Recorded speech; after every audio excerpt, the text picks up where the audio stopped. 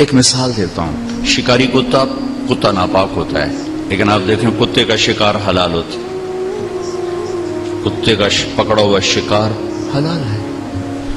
عدی بن حاتم کتوں کے شکاری تھے رضی اللہ تعالیٰ عنہ، ان سے شکار کے مسائل ملے ہیں۔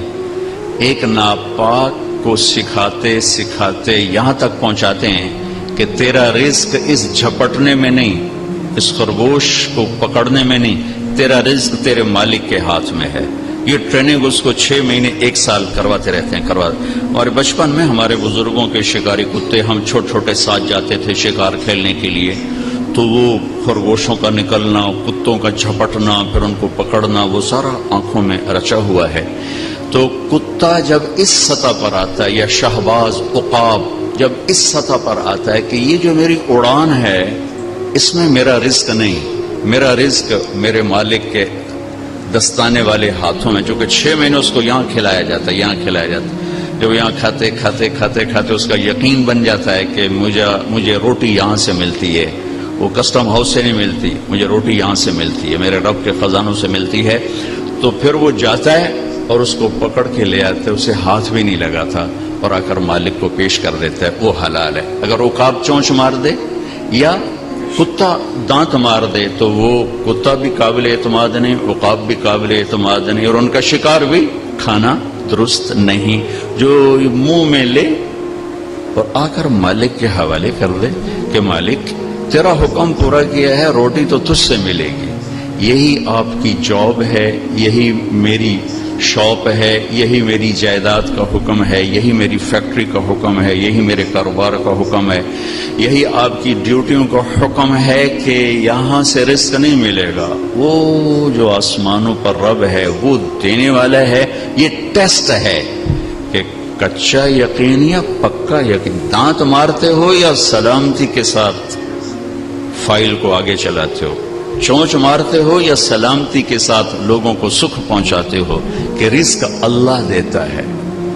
وَمَا مِن دَابَّةٍ فِي الْأَرْضِ إِلَّا عَلَى اللَّهِ رِزْقُهَا وَيَعْلَمُ مُسْتَقَرَّهَا وَمُسْتَوْدَعَهَا كُلٌّ فِي كِتَابٍ مُبِينٍ۔ اللہ کی کوئی صفت نماز میں بار بار نہیں دہرائی گئی، ہر رکعت میں 11 دفعہ رب کا لفظ دہرایا جاتا، رب، الحمدللہ رب العالمین، سبحان ربی العظیم 3 دفعہ، ربنا لک الحمد 5 دفعہ، سبحان ربی العالی 3 دفعہ، پھر سبحان ربی العالی 6، 5، 11، 4 رکعت میں 44 بار آپ کہتے ہیں رب اللہ رب اللہ رب اللہ۔ جب وہ پختہ ہو جاتا ہے پھر آپ کے سامنے دولت رکھی جاتی ہے یا آپ کے سامنے لالچ کی شکلیں آتی ہیں، شیطان کہتا ہے بچوں کا کام بن جائے گا، بچوں کا فیوچر محفوظ ہو جائے گا، آواز آتی ہے تیرا اور تیرے بچوں کا رب اللہ ہے، تو پھر اس کے قلم کو کوئی خرید نہیں سکتا۔ اس لیے میرے نبی کا فرمان ہے، 1 دن کا عدل 60 برس کی عبادت کے برابر۔ آپ سب لوگوں کے قلم کی قیمت میرے نفلوں سے زیادہ ہے، آپ کا ایک صحیح سائن میری ساری رات کی تہجد سے زیادہ ہے، آپ کا ایک صحیح فیصلہ میرے سینکڑوں قرآن ختم کرنے سے زیادہ ہے کہ آپ کے قلم سے انسانیت کے حقوق کی حفاظت ہے، اور انسانی حقوق کی حفاظت نوافل سے بڑی بندگی ہے۔ انسانی حقوق کی حفاظت نوافل اور ذکر اور تلاوت سے بڑے درجے کی بندگی ہے۔ اس لیے میرے نبی نے فرمایا 1 دن کا عدل 60 برس کی عبادت کے برابر ہے۔ بھائیو، ہم اپنے نبی کو ڈھونڈیں، چونکہ وہ میرے اور اللہ کے درمیان واسطہ ہیں، سارا کنٹرول اللہ کے ہاتھ میں ہے، اوپر سے فیصلے آتے ہیں۔ اللہ کو اپنے حق میں کرنے کے لیے بیچ میں ایک واسطہ ہے، ایک کمیونیکیشن، وہ ہے میرے نبی پاک صلی اللہ تعالی علیہ وسلم، جن کو اللہ نے اپنے نام کے ساتھ ایسے نت ہی کیا۔ جب آپ معراج پہ گئے تو آپ نے اللہ سے پوچھا، یا اللہ، ابراہیم آپ کے خلیل تھے، موسیٰ آپ کے کلیم تھے، داؤد کے لیے لوہا نرم، سلیمان کے لیے ہوا تابع، عیسیٰ کے لیے مردہ زندہ کیے گئے علیہ السلام، تو فماذا جعلت لی، میرے لیے کیا ہے؟ تو اللہ نے کہا اولیس قد آتیتک افضل من ذلک کلہ، میرے محبوب میں نے آپ کو وہ دیا ہے جو آج تک کسی کو نہیں دیا. اللہ وہ کیا دیا ہے؟ کہ وہ یہ ہے کہ اللہ ذکرت الا ذکرت معی، قیامت تک آپ کا اور میرا نام اکٹھا رہے گا، جدا نہیں ہو سکتا. غلام احمد صاحب ابھی یہ ہے آپ کے بڑے افسر، جب یہ ٹرانسفر ہوں گے تو کوئی اور آئے گا تو ان کی نیم پلیٹ لگ جائے گی، پھر جب وہ جائیں گے تو کوئی اور آ جائے گا، ان کا نام لگ جائے گا.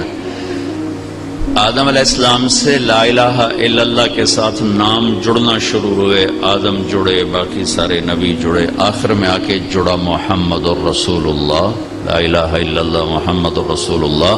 تو اللہ نے فرمایا کہ اب قیامت تک یہ جدا نہیں ہو سکتا، یہ ایسے ہی ایک بریکٹ میں رہے گا. میں ایک بات کہا کرتا ہوں، آپ سب بہت تعلیم یافتہ لوگ بیٹھے ہیں، اللہ کہا کریں، خدا نہ کہا کریں. خدا اللہ کا ترجمہ نہیں ہے، خدا فارسی کا لفظ ہے، جیسے گاڈ انگریزی کا لفظ ہے، بھگوان سنسکرت کا لفظ ہے، ایسے خدا فارسی کا لفظ ہے. اور لفظ اللہ صرف اللہ سے ادا ہوتا ہے، خدا سے ادا نہیں ہوتا، بھگوان سے ادا نہیں ہوتا، ایشور سے ادا نہیں ہوتا، یزداں سے ادا نہیں ہوتا، دیوتا سے وہ ادا نہیں ہوتا، اوتار سے وہ لفظ ادا وہ اس کی ترجمانی نہیں. اس کی ترجمانی اس لفظ کے ساتھ ہے جو خود اس نے اپنے لیے تجویز کیا، اور وہ ہے اللہ.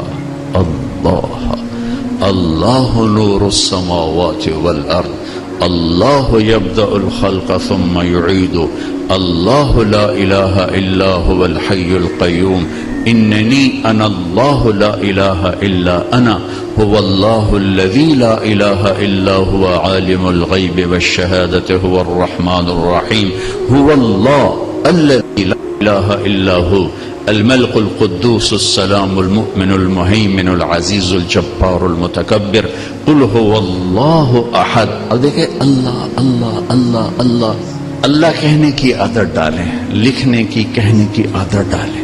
اللہ 4 حرف بغیر نقطہ، محمد 4 حرف بغیر نقطے، احمد 4 حرف بغیر نقطہ، یہ کتنے ہو گئے؟ 12. جب کلمہ بنایا تو لا الہ الا اللہ محمد الرسول اللہ. اس میں کیا بیلنس کیا؟ پہلے 2 بیلنس بتائے، نقطہ کوئی نہیں، 4 4 کی برابری ہے. جب کلمے کو جوڑا تو لا الہ الا اللہ 12 حرف ہیں اور محمد الرسول اللہ بھی 12 حرف ہیں. بیلنس کر کے دیا آپ کو، لا الہ الا اللہ 12، محمد الرسول اللہ 12. یوں جوڑ کر اعلان کیا کہ اب قیامت تک آپ کا اور میرا نام اکٹھا رہے گا، جدا نہیں ہو سکتا. ہم اپنے محبوب کو ڈھونڈیں، اپنے نبی کو ڈھونڈیں، جن کو اللہ نے آپ نے فرمایا جب میرے اللہ نے مجھے پیدا کیا تو سب سے اعلیٰ قبیلہ، جب قبائل خاندان بنائے تو سب سے اعلیٰ خاندان، جب گھرانہ بنایا تو سب سے اعلیٰ گھرانہ. آدم کی نسل کو چھانٹ کے عرب بنائے، عرب کو چھانٹ کے مضر بنائے، مضر کو چھانٹ کے قریش بنائے، قریش کو چھانٹ کے ہاشم بنایا، ہاشم کو چھانٹ کے محمد مصطفیٰ بنائے. انا خیرکم ابا و نفسا لقد جاءکم رسول من انفسکم، سورہ توبہ کی آخری آیت. ہم اس آیت کو یوں پڑھتے ہیں من انفسکم. میں موریتانیہ گیا، ایک غریب سا ملک ہے افریقہ میں، ہماری جماعت گئی تھی، وہاں میں نے سنا وہ پڑھتے تھے لقد جاءکم رسول من انفسکم. ان دونوں الفاظ میں انتہائی خوبصورت آپ کا تعارف ہے. لفظ ایک ہے، تعارف لمبا چوڑا ہے. من انفسکم، یہ آپ کے سراپے کی تعریف. ایسا کوئی ہے؟ ایسا کسی نے دیکھا؟ کسی آنکھ نے دیکھا؟ کسی ماں نے جنا؟ کسی کے ایسے عالی اخلاق، ایسا عالی سراپا، ایسا عالی ہندام. ہندام عربی کا لفظ ہے، سر سے لے کر پاؤں تک کسی کی شخصیت کے لیے ہندام کا لفظ بولا جاتا ہے.